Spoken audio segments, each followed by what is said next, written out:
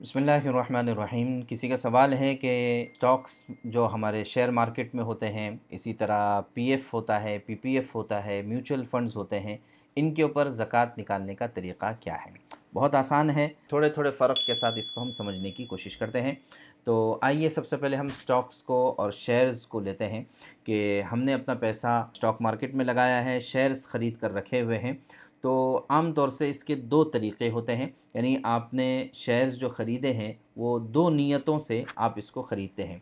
एक ये कि आप ट्रेडिंग करते हैं, ख़रीद व फ़रोख्त करते हैं, तो अब ये शेयर्स माल तिजारत शुमार होंगे और मुकम्मल मार्केट वैल्यू पर इसकी ज़कात निकालना वाजिब होगी। ज़कात निकालने का तरीक़ा ये है कि ज़कात साल के आखिर में मार्केट वैल्यू मालूम करें और उस मार्केट वैल्यू का 2.5% आप उसको ज़कात में अदा करें। उसको मिसाल से समझते हैं। मिसाल के तौर पर आपने एक रकम लगाई शेयर मार्केट में और उससे जो है आपने मुख्तलिफ़ शेयर्स ख़रीदे हैं। अब उन शेयर्स की आज की वैल्यू, अलग अलग कंपनीज़ के शेयर्स आपके पास है, आपका पूरा पोर्टफोलियो है। तो पोर्टफोलियो आपका मान लीजिए 5 लाख का है। तो अब इस 5 लाख का जो है 2.5% आप निकालेंगे, यानी 12,500 रुपये आपको ज़कात में देना होगा। ये उस वक्त है जबकि आप रोज़ाना की ट्रेडिंग कर रहे हैं, ख़रीद व फ़रोख्त कर रहे हैं, शॉर्ट टर्म इन्वेस्टमेंट कर रहे हैं।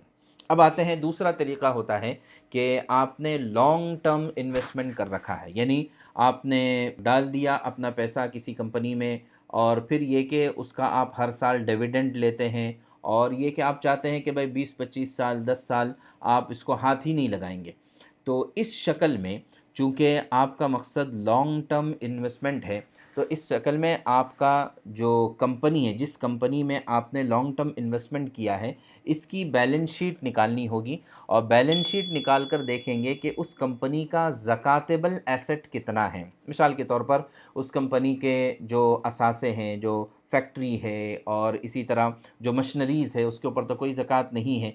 तो उसकी जो मालियत है, आम तौर से ये 25 टू 40%, यानी जो भी ओवरऑल कंपनी की पूरी मालियत होती है उसका 25 टू 40% ये ज़कातेबल एसेट होता है। बाकी सारा इंफ्रास्ट्रक्चर और जो है मशीनरीज़ वगैरह सारी चीज़ें होती है जो नॉन ज़कातेबल एसेट में आता है। तो अब वो देखना पड़ेगा बैलेंस शीट को सामने रखते हुए कि कौन सी कंपनी के 25% है, कौन सी कंपनी की 40। बहरहाल 25 टू 40% के बीच में होता है।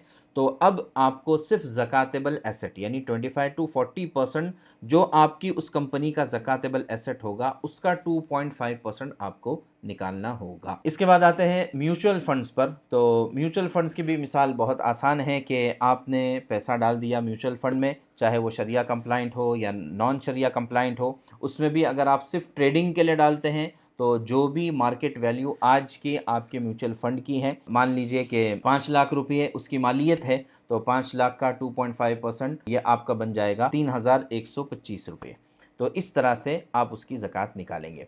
लेकिन अगर यहाँ पर भी आपका इरादा लंबे वक्फ़े तक आपको रखना है, तो उस वक्त भी आपको उस म्यूचुअल फ़ंड के जो बैलेंस शीट होगी, जिन जिन कंपनीज़ में उन्होंने जो है उसको इन्वेस्ट किया होगा, उन सब की बैलेंस शीट निकाल कर उनके ज़कातेबल एसेट्स, वही 25 टू 40% ज़कातेबल एसेट्स होते हैं, तो उसको सामने रखते हुए आपको ज़कात निकालनी है। तो गोया कि स्टॉक्स का भी और म्यूचुअल फंड्स का भी एक ही हुक्म है। आगे भी हम इसको खुलासे के तौर पर बता देंगे। जो मैंने आपको बात बताई कि शॉर्ट टर्म में पोर्टफोलियो पर आपको ज़कात निकालना है और लॉन्ग टर्म में जो कंपनी के ज़कातेबल एसेट्स है उनके ऊपर निकालना है। ये असल में ऑप्शन दिया हुआ है ताकि आपकी ज़कात कम निकले। लेकिन फिर भी अगर कोई यानी लॉन्ग टर्म इन्वेस्टमेंट में भी पूरे पोर्टफोलियो पर ज़कात निकाल देता है, तो गोया कि उसकी ज़कात ज़्यादा निकलेगी। ये अच्छी बात है, इससे मना नहीं है, लेकिन हिसाब करना आसान है। और अगर बैलेंस शीट को सामने रखते हुए ज़कातेबल एसेट्स की खाली निकालने की कोशिश करेंगे तो ज़कात तो कम बैठेगी, लेकिन हिसाब करना थोड़ा सा मुश्किल हो जाएगा। अब इसके बाद आते हैं तीसरे नंबर पर, जो प्रोविडेंट फ़ंड होता है, यानी पीएफ है, ईपीएफ है, जीपीएफ है। तो इन तमाम चीज़ों में वो सारे फ़ंड्स के जिसमें हमारा कोई इख्तियार नहीं है, जो हमारी सैलरी से वो अमाउंट खाली कटती है, तो वो हमारे अगर इख्तियार में नहीं है तो इस वक्त उसकी ज़कात निकालना वाजिब नहीं है, ज़रूरी नहीं है। कोई अगर निकालता है, उसके पास हर साल का शीट आती है कि भाई आपका इतना पीएफ आपकी तनख्वाह से कटा है, कोई अगर निकाल देता है तो बहुत अच्छी बात है, ताकि आसानी रहे। लेकिन अगर जो है वो नहीं निकालता है तो उस पर ज़कात फ़र्ज़ नहीं है। और ये भी बात ज़हन में रखें, ये सारी बात चल रही है एम्प्लॉई के शेयर की।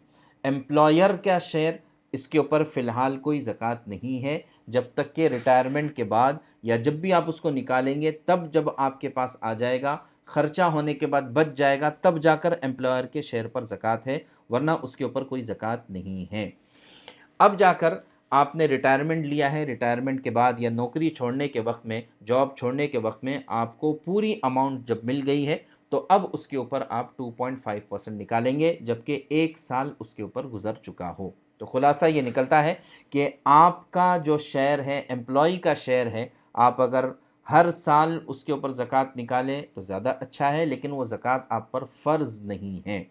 और जब आप रिटायरमेंट लेंगे या जॉब छोड़ेंगे तब पूरी अमाउंट आपको मिलेगी, तो उस अमाउंट पर अगर 1 साल हो जाए तो 2.5% उस अमाउंट पर आपको ज़कात निकालना है। मिसाल के तौर पर आपको एक मिसाल दे देते हैं कि आपको रिटायरमेंट के बाद 10 लाख रुपये आपको मिले हैं, जिसमें आपका भी शेयर शामिल है और कंपनी का, एम्प्लॉयर का या गवर्नमेंट का भी शेयर उसमें शामिल है। तो अब ये जब आपको मिल गई है रकम, अब इसके ऊपर साल गुजर गए, यानी आपने उसमें से खर्चा भी किया। अब खर्चा करने के बाद जो आपके पास बच गया है उसका 2.5% निकालेंगे। अगर हम उसको 10 लाख ही पकड़ते हैं तो 25,000 रुपये आपको उसमें ज़कात निकालनी पड़ेगी। इसके बाद एक चीज़ इसमें होती है पीपीएफ, पब्लिक प्रोविडेंट फंड। ये चूँकि ख़ुद से जमा किया हुआ फ़ंड होता है और आपको इस पर पूरा कंट्रोल हासिल होता है, तो इसलिए हर साल इसकी ज़कात निकालना ज़रूरी होगा।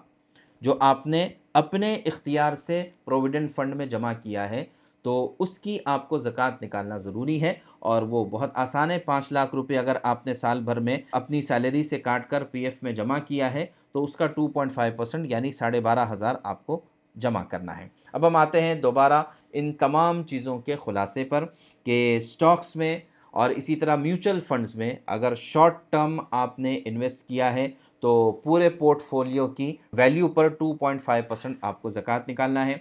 और अगर लॉन्ग टर्म इन्वेस्टमेंट है तो कंपनी की बैलेंस शीट को देखकर 25 टू 40% जो उसके ज़कातेबल एसेट्स होंगे उसी पर सिर्फ आपको ज़कात निकालना है। लेकिन अगर आप लॉन्ग टर्म इन्वेस्टमेंट में भी पूरे पोर्टफोलियो पर निकालते हैं तब भी ये जायज़ है, ज़कात आपकी ज़्यादा अदा हो जाएगी। फिर उसके बाद ईपीएफ, जीपीएफ और वीपीएफ, इसमें यह रकम जब आपको मिलेगी तब जाकर ज़कात फ़र्ज़ हो जाएगी, उससे पहले ज़कात फ़र्ज़ नहीं है। आप हर साल निकालते रहें तो अच्छी बात है, मना नहीं है। अलबत्ता पीपीएफ जो होगा उसमें हर साल जो आपका बैलेंस होगा उस पर 2.5% आपको ज़कात निकालना है। उम्मीद है इंशाअल्लाह ये मालूमात आपकी रहबरी के लिए काफ़ी हो जाएगी। जज़ाकल्लाह खैर। अस्सलामु अलैकुम व रहमतुल्लाहि व बरकातहू।